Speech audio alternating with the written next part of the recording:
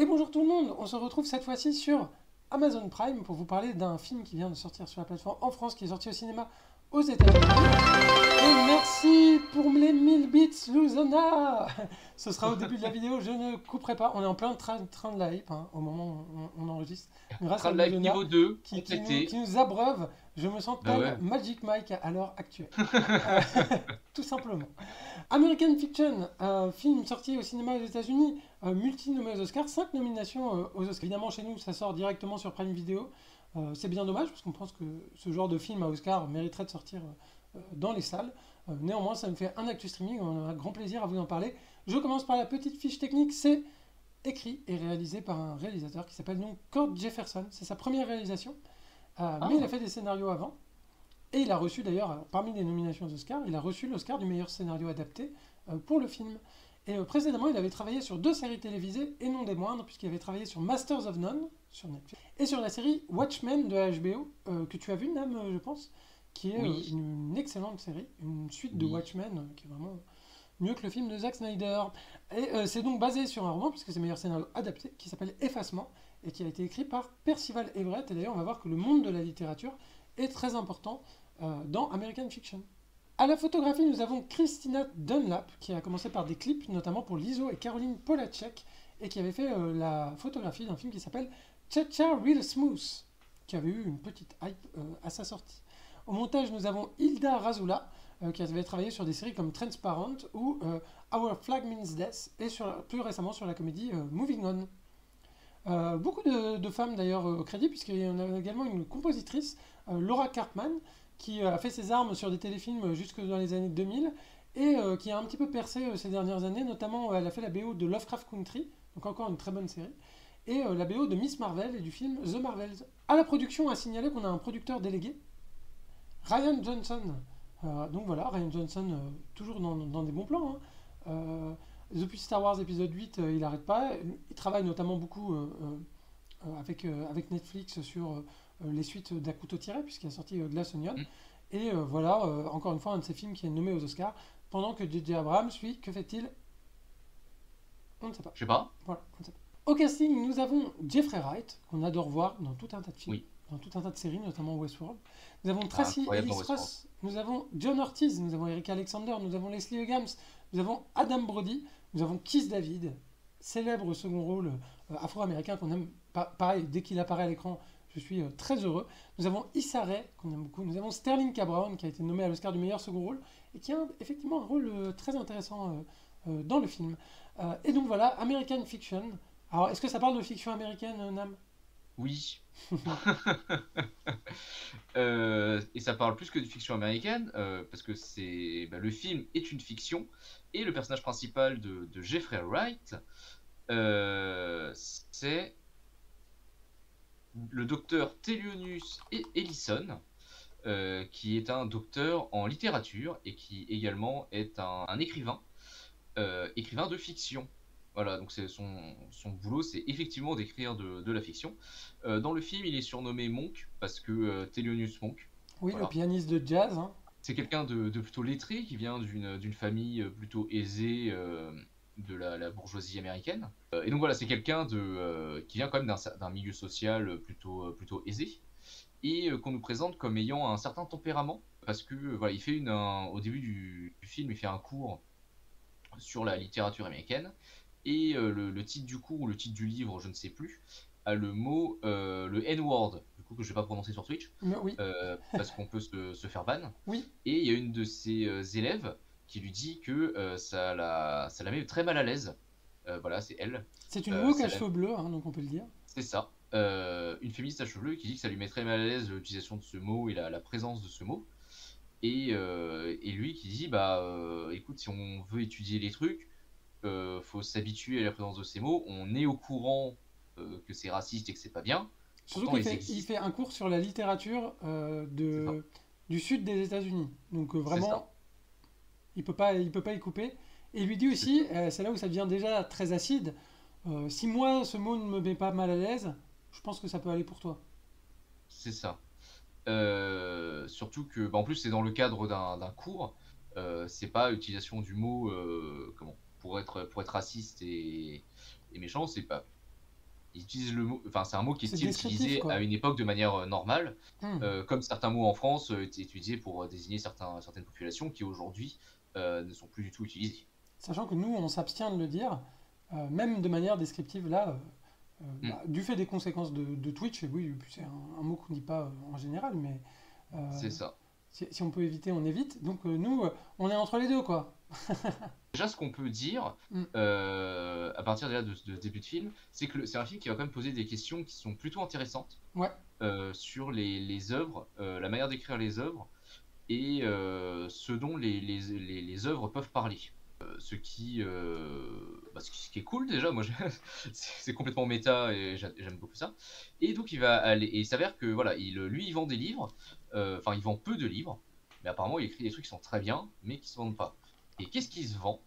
Un livre écrit par cette autrice noire américaine, qui est un livre qui parle de la vie dans les ghettos américains. Et donc là, elle fait une lecture, et le passage qu'elle lit est bah, si t'aimes la littérature, c'est dégueulasse. Voilà. c'est que un assemblage de gros mots. Euh, et effectivement, en fait, alors il y a un truc qui est intéressant dans le projet du film, comme tu le disais, c'est-à-dire que va y avoir une critique du rapport des Blancs à une certaine littérature afro-américaine, qui serait une littérature qui serait faite pour eux, et qui conforterait les Afro-Américains dans des stéréotypes, et notamment dans ce côté, bah, effectivement, ghetto, banlieue, hip-hop, etc.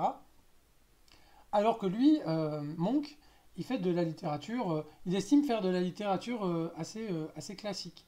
Et alors ça me rappelait, il y a eu, pour faire un petit point de comparaison, par exemple, Xavier Dolan avait présenté Juste à la fin du monde à Cannes, et il avait Mhm. reçu la Queer Palm, et il avait dit, mais moi je ne veux pas de la Queer Palm.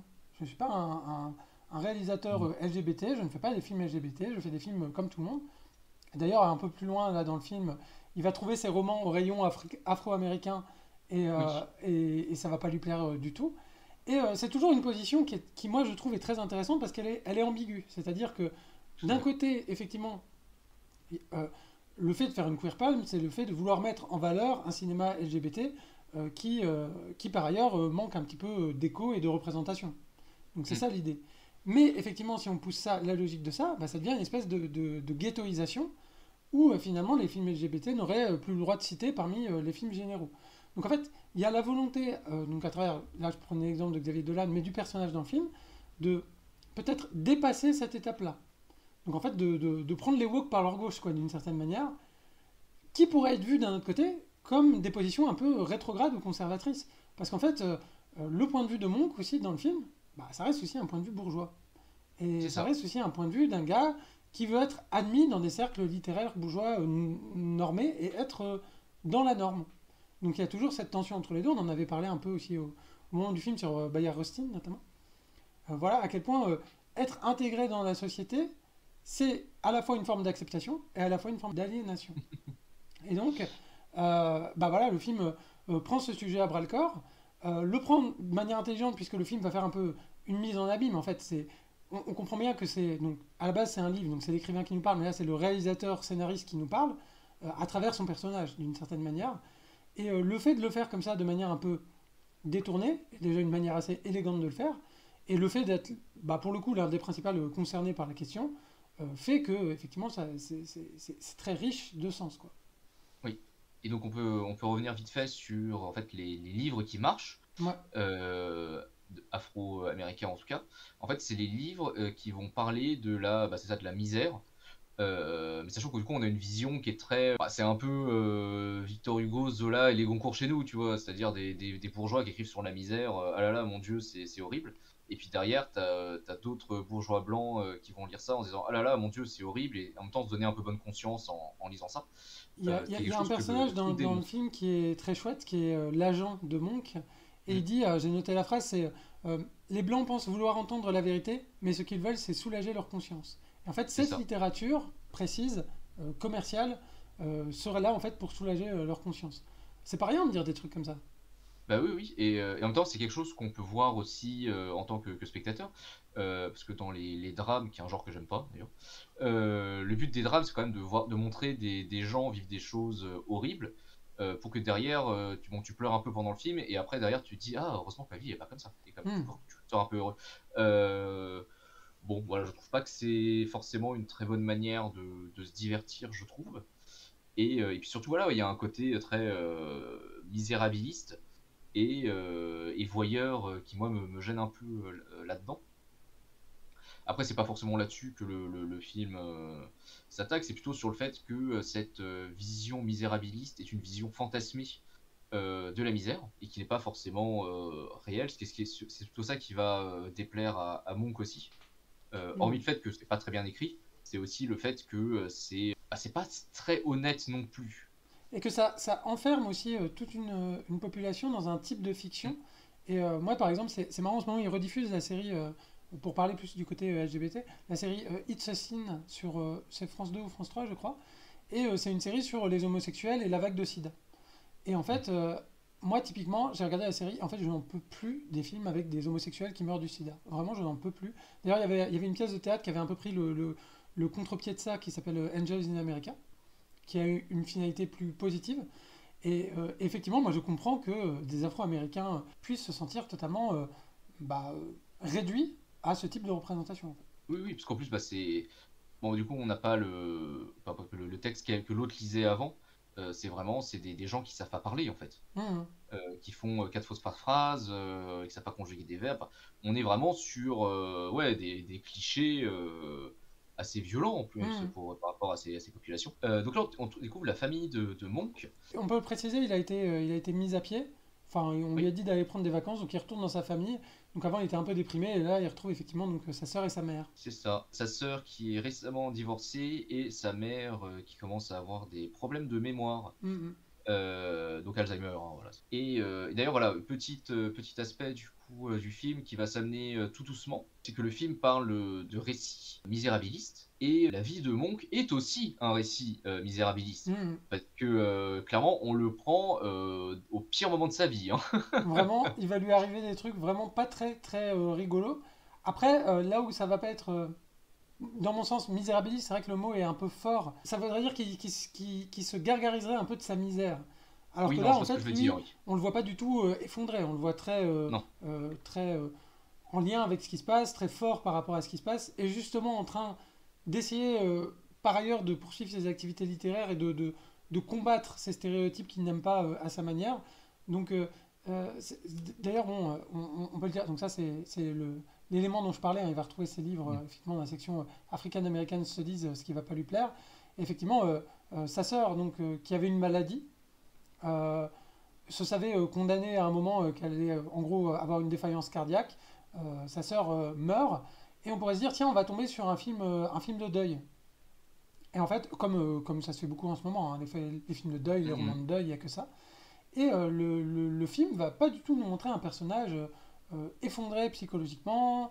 Bon, alors après, évidemment, c'est un événement tragique qu'ils attendaient d'une certaine manière, donc ils se sont peut-être un peu préparés avant, donc il y a déjà ce point-là. Mais moi, je trouve ça très intéressant de, de faire un film de deuil où les personnages finalement dans leur vie, ça va peut-être exacerber leurs sentiments d'une certaine manière. Ils vont peut-être faire des choses qu'ils n'auraient pas faites avant, aller un peu plus loin que ce qu'ils auraient fait, mais pas beaucoup plus que ça, quoi. C'est ça.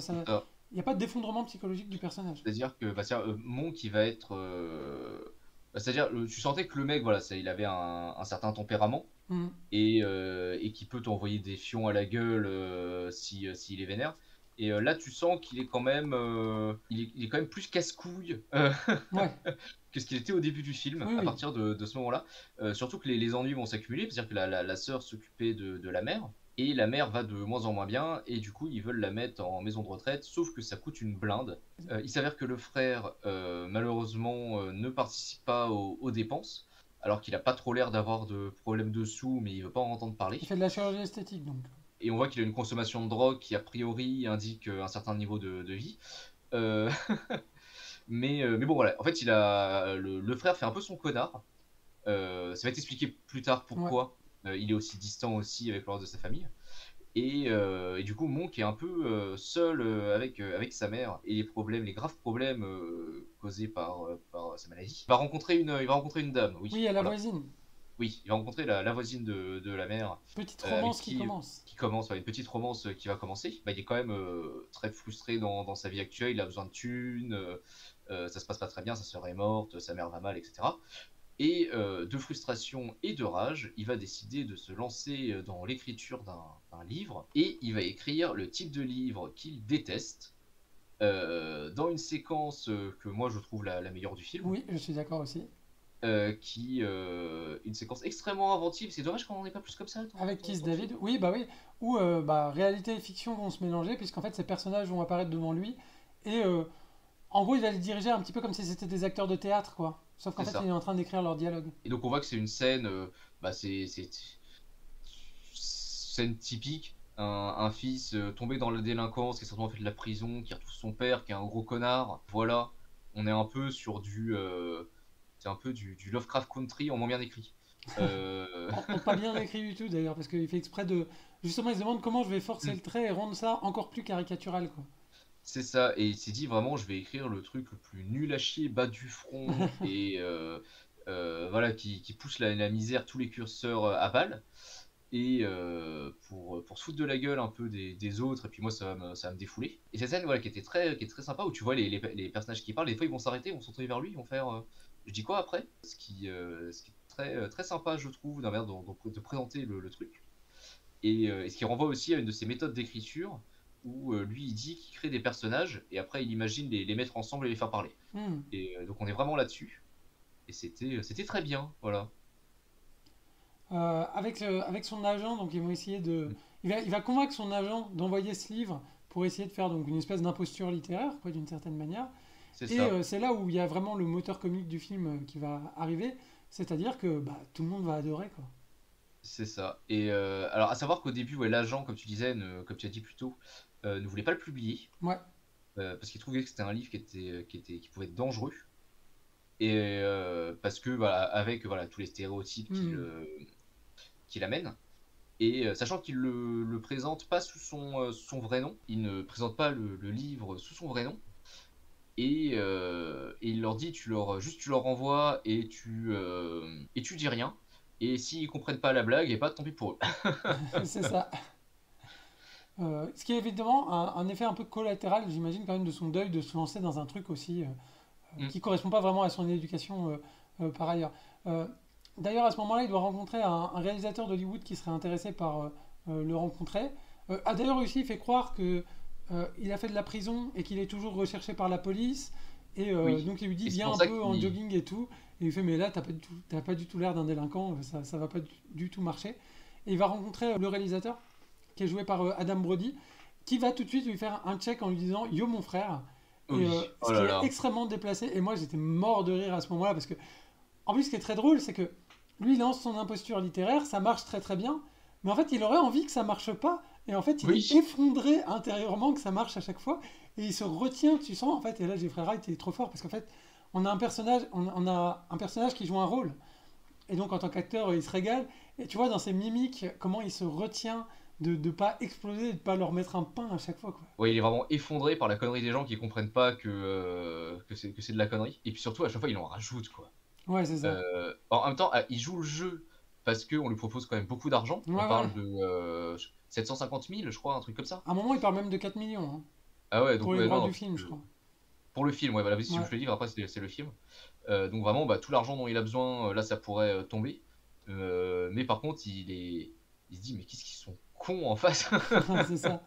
Et ça aussi, c'est assez subversif parce que on pourrait avoir l'impression, par exemple, le personnage de l'autrice qu'on a vu précédemment et qu'on va revoir, euh, Mm, que finalement son livre, elle l'a écrit avec le même opportunisme. Et en fait, on c'est va se ça. rendre compte que c'était pas totalement la vérité, que c'était beaucoup plus nuancé que ça par la suite, dans une Mm. scène qui est assez réussie d'ailleurs. Euh, et donc lui, par contre, va jouer totalement le jeu de l'opportunisme en se disant, voilà, j'ai un créneau, je prends mon créneau et j'y vais, quoi. Et sachant que même lui, enfin, il va le faire et en même temps, il va passer son temps à dire que c'est vraiment de la merde. Mhm. Et il va y avoir Euh, toujours ce oui, décalage entre donc cette histoire de l'écrivain qui monte une espèce d'imposture qui est intéressante en soi et la vie familiale qui est beaucoup plus intimiste, beaucoup plus terre à terre et avec des scènes qui sont quand même, je sais pas ce que tu en as pensé, mais qui sont quand même assez fortes oui, et qui Alors c'est vrai, on se dit, il y a tout un pan de comédie, et donc on se dit, oui, bon, on préfère l'imposture que l'histoire d'Alzheimer, ça va un peu nous plomber, quoi. Et en fait, je trouve que l'équilibre est quand même plutôt bon. Et notamment cette scène-là où le frère fait danser la mère qui ne s'acclimate pas du tout à la clinique. Et le frère qui se trouve être homosexuel, bah, elle va lui lancer une remarque giga homophobe à ce moment-là, et lui va très mal le prendre. Et en fait, ce personnage-là de Sterling K. Brown, donc déjà apporte une dimension intéressante par rapport à l'autre personnage, puisqu'en plus il est gay, donc ça rajoute, Mm. ça montre aussi, ça on l'avait dit avec Bayard Rustin, hein, c'est intéressant, ça montre l'intersectionnalité, hein, tout simplement. Donc c'est très intéressant. Et, et ce personnage-là est assez touchant. Et en fait, tous les personnages de la famille, même globalement, moi je les ai trouvés très réussis. Et même la voisine d'en face, qui pourrait être que un love interest, en fait, elle a du répondant aussi. Et c'est aussi un personnage intéressant. Oui. Ils ont tous une certaine matière, quoi, on va dire. Et puis le personnage du frère, aussi qui est un aspect qui est très intéressant lui, c'est qu'en fait il est gay, mais il a récemment fait son coming out. Ouais. Et on apprend que bah, en fait avant il avait une femme, il avait des enfants, et que maintenant il redécouvre sa sexualité et qui il est. Et c'est aussi pour ça que en fait il est jamais là. Ouais. Tout simplement parce qu'en fait, il vit une période aussi d'énormes bouleversements dans sa vie. Hmm. Pas seulement parce que bon voilà, il en profite maintenant qu'il a trouvé sa sexualité et qu'aussi il est plus débridé au niveau de la drogue, au niveau ouais. Parce que Et bon, qu'en plus, il est giga beau gosse, par ailleurs. oui, Faut parce quand que même voilà, apprécier. bon, Monk il a un gros balai dans le cul. Ouais. Le frère est vachement plus détente. Alors c'est vrai que du coup ça clash entre les deux. C'est aussi Ouais. que ça c'est intéressant. Voilà, mais ils vont quand même trouver des points d'accord Hmm. et de réconciliation. Et aussi, ce Notamment qu'on peut parce que dire, c'est que du coup, il n'a pas contribué à la maison de retraite, enfin à la clinique. Il n'a pas contribué à la clinique parce que le divorce lui a coûté cher, en fait. c'est ça. Le divorce lui a coûté cher et aussi tu comprends que bon, Monk s'était écarté de la famille Ouais. et tu comprends que le frère c'était le cas aussi, notamment parce que bah, étant homosexuel, voilà, il a bien compris que dans sa famille ça serait pas forcément passé. Hmm. Et c'est quelque chose qui va revenir plutôt souvent dans le film aussi. Hmm. Ça et aussi Monk qui passe son temps à repousser les autres. Les deux ayant un rapport, une histoire avec leur père qui est maintenant décédé, qui n'est pas passé. Pire qui s'est barré. Enfin voilà, on a quand même une histoire assez lourde. Et qu'on retrouve par ailleurs en version caricaturale dans le livre qu'il a écrit. C'est ça. C'est ça. Et en fait, c'est aussi quelque chose qui est plutôt intéressant par rapport aux histoires. C'est qu'en fait, Monk, comme l'autrice qu'on va revoir tout à l'heure, en fait, ont écrit des histoires qui sont pas leur vie. Hmm. Parce que les deux viennent de milieux bourgeois, les deux, etc. Mais pour autant, c'est pas parce que tu écris quelque chose sur un univers qui n'est pas le tien Hmm. que tu peux pas mettre des choses enfin, de toi dans ton histoire. Donc voilà, plutôt commentaire plutôt intéressant aussi. Et oui, effectivement, et moi je trouve que en plus aux États-Unis actuellement, je trouve qu'en France il y a des délires sur le wokisme où on dit oui, c'est la faute des woke, nanani, nanana. Aux États-Unis, il y a quand même des trends dans le milieu de l'édition, notamment, dans ce milieu très particulier ou petit ou dans le Hmm, milieu universitaire, où effectivement on va expliquer que seuls les concernés ont le droit à la parole. Et il y a certaines personnes qui vont tenir ce discours-là. Et hmm, ça, c'est un film qui s'affirme en contre-discours de ça. tout Euh, à fait. donc déjà, il y a ce point-là. Mais qui pour autant ne va pas dire tout le monde a le droit de raconter n'importe quoi sur n'importe qui, n'importe comment. Hmm. Quand même c'est un film qui essaie de prendre une position un peu politiquement, en tout cas d'équilibre. Et surtout que le film, au final, il va y avoir des fois des argumentaires entre des personnages Ouais. qui vont pas se terminer par une conclusion. On va toujours avoir une fin ouverte, parce qu'en même temps, le film ne prétend pas offrir une réponse à ces questions-là, qui sont des questions très intéressantes par Hmm. ailleurs, mais également très compliquées. Et en même temps, le film voilà, fait sa propre mise en abîme, comme on disait, avec la vie de Monk, qui est un drame, le livre qu'il écrit qu'il aime pas, qui est également un drame. Euh, voilà, est-ce que les deux vont pouvoir être réconciliés? La Moment réponse c'est assez, oui, grâce à l'argent. ouais. Moment assez hilarant aussi où il va faire changer le titre du livre pour que le livre devienne le F-word. C'est pour ça qu'il est en mode flou là, à l'image. moment très rigolo. Il va devenir un peu infect avec sa copine en disant, mais parce que sa copine a lu le livre F-Word Oui. et, et, euh, et elle l'a plutôt bien aimé. Et lui, ça va le saouler forcément puisqu'il l'a écrit pour que ce soit nul. Donc il va être infect avec elle. Et il va se retrouver, alors encore plus drôle, dans un jury de prix littéraires dans Oui. lequel il va falloir choisir quel livre gagne. Et évidemment, bah, c'est son livre qui va gagner parce que les trois blancs contre les deux noirs vont décider que c'est important de donner des voix aux Afro-Américains. C'est ça. D'ailleurs, c'est très drôle parce que ce prix-là aussi, bon, ça fait partie des fils rouges du film. À la base, quand on l'appelle, on lui dit, bah écoute, on te prend. Parce que on a un jury sur sur des histoires afro-américaines. Ce serait bien que notre jury, il y ait des afro-américains, du coup on t'a appelé. Ouais, Euh, ce qui est super sympa. Et ouais, je trouve ça trop drôle que, au final, bah, les deux concernés sont ceux qui sont pas entendus sur cette question, hmm. alors que les deux se sont mis d'accord pour dire qu'en effet, non, non, ce livre est nul, et Et c'est là rigolote, aussi où ils vont et discuter de son livre à elle et il va c'est lui ça. dire mais quelle est la différence entre ton livre et le mien? Elle va dire bah non, je suis désolé, moi je me suis documenté, j'ai fait des recherches et j'ai fait un travail sérieux là-dessus. Et certes, il y a des passages qui peuvent te sembler caricaturales, mais c'est aussi la réalité des gens. Et parfois la réalité est caricaturale en fait, c'est ça que tu comprends Mm. pas. Tout le monde ne vit pas comme toi, comme un bourgeois. Donc, bah, assez intéressant, encore une fois, la dialectique qui joue vraiment à plein de niveaux et qui pose tout un tas de questions. Donc, c'est très foisonnant dans cette scène-là, voilà, où elle mange Oui. des sushis, ce qui est pas anodin. Et d'ailleurs, lui, le fait qu'il s'appelle d'ailleurs, qu'il soit surnommé Monk, parce qu'il s'appelle Thelonious, qui est déjà un Mm. nom un peu sophistiqué. Monk, Thelonious Monk, c'est quand même un pianiste de jazz, ce qui montre quand même déjà directement son niveau d'éducation et à quel endroit il se place dans la société, quoi.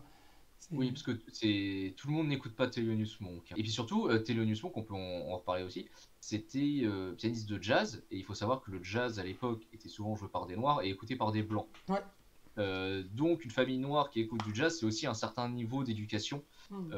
C'est aussi un peu un cliché ce que je suis en train de dire, hein, Oui, mais oui. ça joue aussi. Voilà. Et donc voilà, il va avoir le prix, mais du coup personne ne connaît la tête de l'auteur vu que ça a été caché. Et Hmm. lui, il va décider d'aller sur scène et et que se passe-t-il? Eh ben, il se passe plusieurs choses. Puisqu'on va voir, on va retourner dans le monde de la fiction. Et en Mhm. fait, on va découvrir que cette scène en fait, est en train d'être pitchée au réalisateur qu'on a vu précédemment. Il dit et tu penses la fin, ça se passe comment? Donc on se dit bah, tout ce qu'on a vu n'était qu'une fiction. Et ce film est conscient d'être une fiction. Et bon, bah, on aime bien hein, plutôt. Oui, oui. Et donc il y a plusieurs scénarios possibles. Un scénario où il accepte le prix et ah, c'est la révélation qu'on attendait tous. Un scénario où il dit vraiment j'en ai marre et il rentre dans sa famille parce que c'est ce qui est important. Et un autre scénario extrêmement drôle où les flics vont dire Oui. c'est un détenu en cavale, c'est pas du tout un gars puisqu'en fait l'auteur est censé être un détenu en cavale et il va se faire abattre comme à la fin de La Nuit des Morts Vivants. Et en même temps, et je trouve que ces trois fins sont également très drôles parce que les trois, c'est vraiment des fins classiques Ouais, de ce type de film. Bon, t'as la fin où il meurt, c'est vraiment les drames qu'il a écrits. c'est ça. Les trucs over the top, voilà, ton héros il doit mourir enfin, le personnage principal il doit mourir à la fin, être puni par le film, parce que c'est quand même une mauvaise personne. Ce qui n'est pas le cas de Monk là particulièrement, mais voilà, c'est classique. T'as le côté, il décide de changer de vie et il retourne vers ce qui est important. Et t'as le côté accomplissement. Voilà, mais trois chemins différents Ouais, qu'aurait pu prendre le film. Et au final, il décide de prendre aucun des trois. c'est ça. Et donc on a Et une fin un petit de. peu donc Ouais, méta comme ça, bah, qui va bien avec le thème du film hein, finalement, c'est et ça. qui choisit pas et qui ne choisit pas forcément. Pour conclure, moi je trouve que bon, la grande force du film, c'est cette manière qu'il a de poser tout un tas de questions et de pas forcément y répondre de manière ferme et définitive, mais vraiment de tourner tout autour d'un tas de sujets ayant trait à la création, euh, la parole des concernés, la représentation, les auteurs bourgeois qui parlent des milieux populaires, euh, également, voilà, avec cette fin ouverte, euh, les, alors également les représentations, etc. Enfin, c'est un film qui ne tranche jamais, mais qui est toujours effervescent, quoi. Et donc, ce qui fait Mm. que le film est assez captivant à regarder. C'est un film que par ailleurs j'ai trouvé extrêmement drôle. J'ai vraiment trouvé le Oui. film très drôle. Il y a beaucoup de moments où je me suis franchement marré parce qu'en fait, tous les côtés caricature des blancs un peu béats, et en plus qui sont des blancs pas méchants, tu vois, c'est pas les racistes de Oui. base, c'est un peu les blancs libéraux, sympas, ouverts sur les autres, mais vraiment les traîner dans la boue comme ça, un grand plaisir. Euh, Également, sur le volet plus intimiste, je trouve que le film est également réussi. C'est quand même plutôt touchant. Peut-être, je trouve quelques flottements au film, notamment avec le personnage de la sœur qui meurt très vite pour Oui. apporter le deuil. Et en fait, c'est là où tu sens un peu que c'est une adaptation d'un roman, quoi. Il y a des trucs qui sont un peu rushés, quoi, par moment. Je pense que ça vient de là. Je pense que le roman prend plus son temps pour poser les personnages, les situations. Donc j'ai la curiosité d'aller le lire. Après, je pense que quand même c'est une bonne adaptation parce qu'on a eu beaucoup de richesse au final. Mais voilà, peut-être voilà, ce petit bémol-là, euh, j'en ai pas vraiment trouvé d'autres. Je trouve qu'en termes de mise en scène, pour une première réalisation, c'est assez convaincant. On a une esthétique qui est c'est assez conventionnel quand même. La facture est quand même Oui. relativement classique, il n'y a rien d'extravagant. Donc ça, c'est peut-être un petit bémol aussi. Mais en même temps, tout est bien fait et tout n'est pas non plus extrêmement stéréotypé. On n'est pas non plus Oui. dans le côté très euh, télévisuel, champ contre champ, quoi. C'est pas non plus fait par-dessus la jambe. Il y a des vraies décisions de mise en scène, quoi. Et aussi, peut-être, un dernier micro-bémol, c'est-à-dire que c'est un film qui voudrait un petit peu s'interroger sur les codes de la fiction, mais qui ne subvertit pas tant que ça les codes de la fiction. On Oui. reste quand même dans euh, introduction, éléments perturbateurs, euh, trois actes, quoi, Oui, résolution, oui. même si la résolution est ouverte.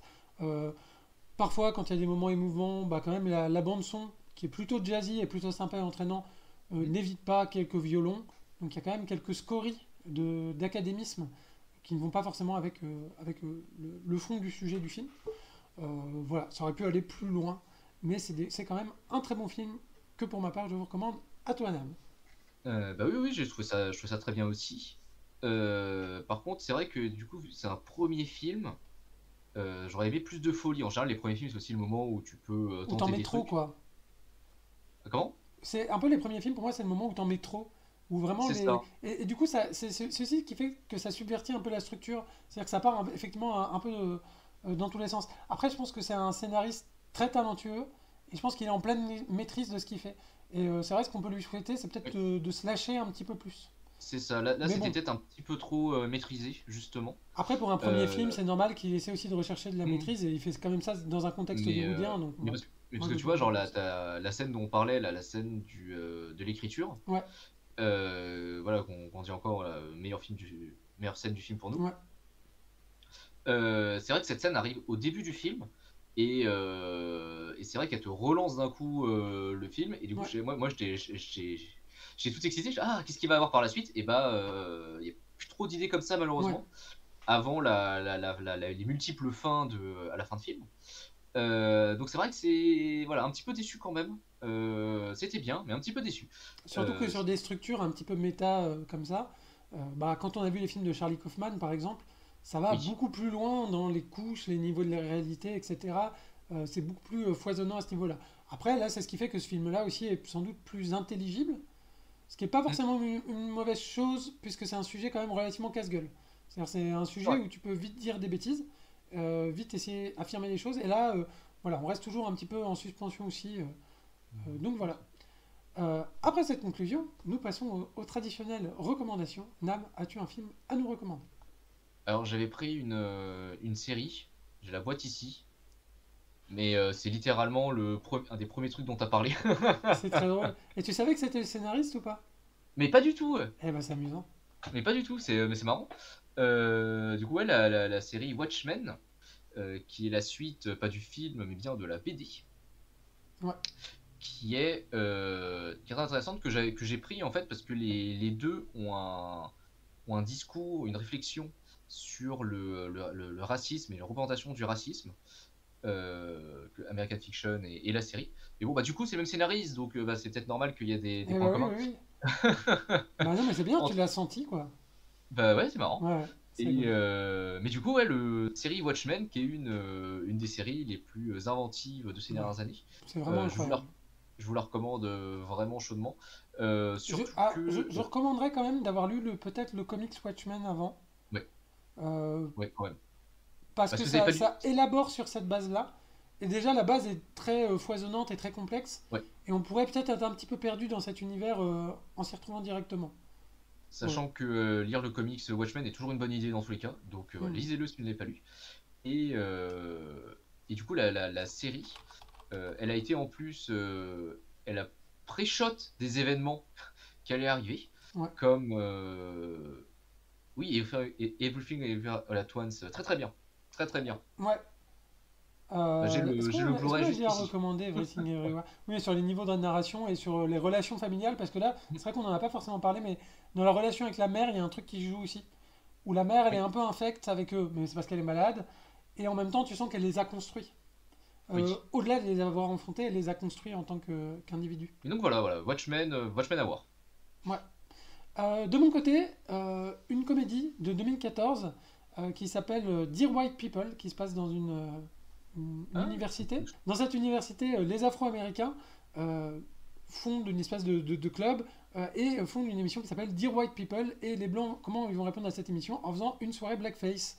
Donc voilà, ambiance touchy. Et c'est intéressant, c'est un film qui a 10 ans et qui était assez en avance sur les sujets d'aujourd'hui, qui avait bien senti quand même vers où on allait. Il y a aussi eu une série qui a été dérivée de ce film et qui est sortie sur Netflix. Je crois qu'il y avait eu 3 saisons.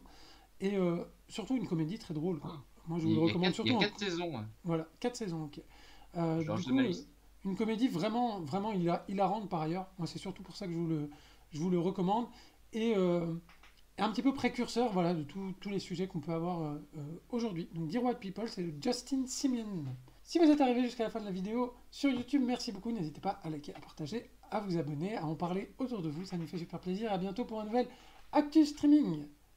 Ciao! Au revoir.